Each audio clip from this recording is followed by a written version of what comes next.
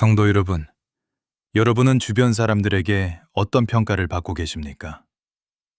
요즘 우리는 나답게 사는 것을 중요하게 여기는 시대를 살아가고 있습니다.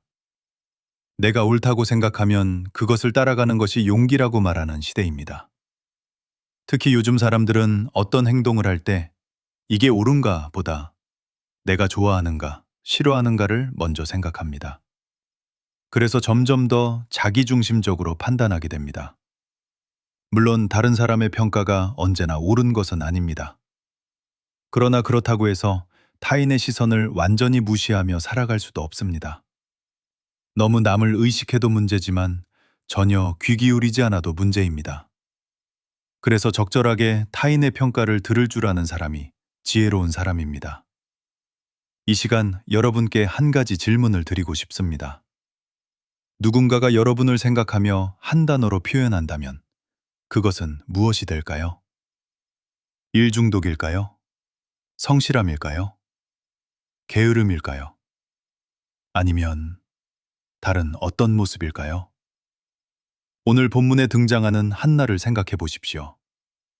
그녀는 간절한 기도 응답으로 드디어 아들을 얻었습니다. 그래서 그 이름을 사무엘이라 지었습니다. 여호와께서 들으셨다는 뜻입니다. 그런데 한나는 그 귀한 아들을 젖을 땐 후에 하나님께 드립니다. 잠시 맡기는 것이 아닙니다. 평생을 하나님께 드립니다. 28절을 보십시오. 그러므로 나도 그를 여호와께 드리되 그의 평생을 여호와께 드리나이다. 여기서 우리가 생각해 보아야 할 것이 있습니다. 첫째로 우리의 삶의 중심은 무엇인가 하는 부분입니다. 본문을 보면 한 가지 특징이 있습니다. 계속해서 반복되는 단어가 있습니다.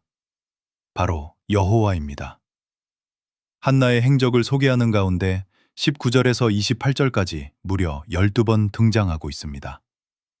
이것은 한나의 삶을 설명할 때 여호와라는 단어를 빼고는 설명할 수 없다는 것을 말합니다. 그녀는 여호와께 나아가는 삶을 살았고, 여호와께 기도하는 삶을 살았고, 여호와께 경배하는 삶을 살았습니다. 여러분은 어떠십니까? 오늘 하루를 돌아보며 일기를 쓴다면 여러분과 관련하여 어떤 단어가 가장 많이 나오겠습니까? 돈입니까? 일입니까? 걱정입니까? 아니면 한나처럼 여호와 하나님입니까? 사랑하는 성도 여러분, 우리는 하나님을 삶의 주변으로 밀어내서는 안 됩니다. 혹시 여러분은 세상 일에 바쁘다는 이유로, 내 관심사에 몰두한다는 이유로 하나님을 삶의 뒤편으로 미루고 있지는 않습니까? 하나님을 사랑하면 우리의 마음은 하나님으로 가득 차게 됩니다.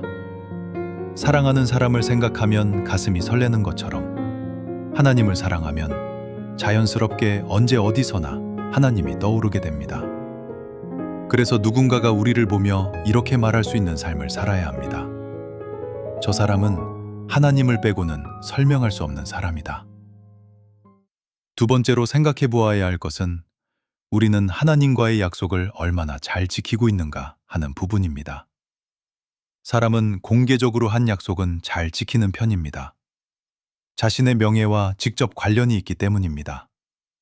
그러나 아무도 모르는 스스로에게 한 약속은 쉽게 포기합니다.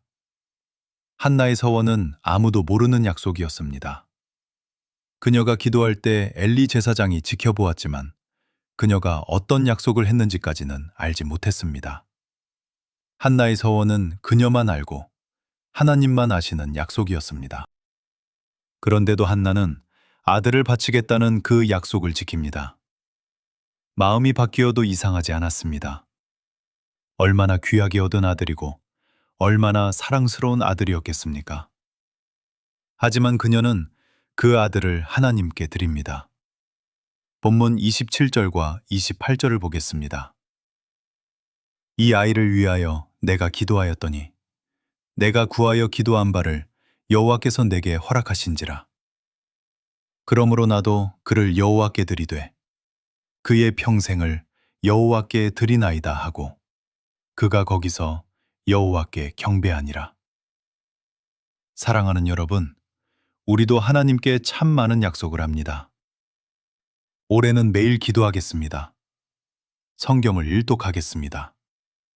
주일 예배를 철저히 지키겠습니다. 그런데 그 약속들, 지금 어떻게 되고 있습니까? 사람과의 약속은 손해를 볼까봐 지킵니다. 그러나 하나님과의 약속은 너무 쉽게 미루고 너무 쉽게 잊어버립니다. 하나님은 우리의 중심을 보시는 분입니다. 우리의 생각을 아시는 분입니다. 그래서 하나님과의 약속을 지키는 사람은 결국 하나님을 경외하는 사람입니다. 미국에는 세상 사람들의 마음을 울린 한 아버지가 있습니다. 바로 딕 호이트와 그의 아들 리 호이트의 이야기입니다. 릭은 태어날 때 뇌성마비 판정을 받아 스스로 몸을 움직일 수 없는 상태였습니다. 그런데 아들이 자선 달리기에 참석하고 싶다고 했을 때 아버지는 기꺼이 그렇게 하자고 약속했습니다.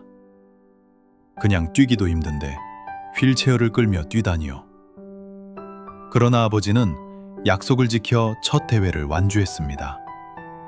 그런데 이게 끝이 아니었습니다. 일명 팀 호이트는 1977년부터 2016년까지 40년간 마라톤 72차례, 트라이애슬론 257차례, 듀애슬론 22차례 등 총 1130개 대회를 완주했습니다. 1992년에는 45일에 걸쳐 자전거와 달리기로 미 대륙을 횡단하기도 했습니다. 그 거리가 무려 6010km나 되었습니다. 아버지 딕 호이트는 2021년 3월 17일 80세의 나이로 세상을 떠났습니다. 그들의 행적은 위대한 기록으로 남았습니다. 아들과 했던 작은 약속을 지킨 것이 아무도 못할 큰 일을 이룬 것입니다. 어느 인터뷰에서 아들이 이렇게 말했습니다. 아빠와 함께 달릴 땐 장애가 없는 것처럼 느껴져요. 약속은 상황에 따라 바뀌는 것이 아니라 그것을 지킬 때 진짜 가치가 드러납니다. 때로는 우리가 지키는 약속 하나가 누군가의 인생을 바꿀 수 있습니다. 오늘 우리는 어떤 사람으로 살겠습니까? 상황을 따라 사는 사람입니까?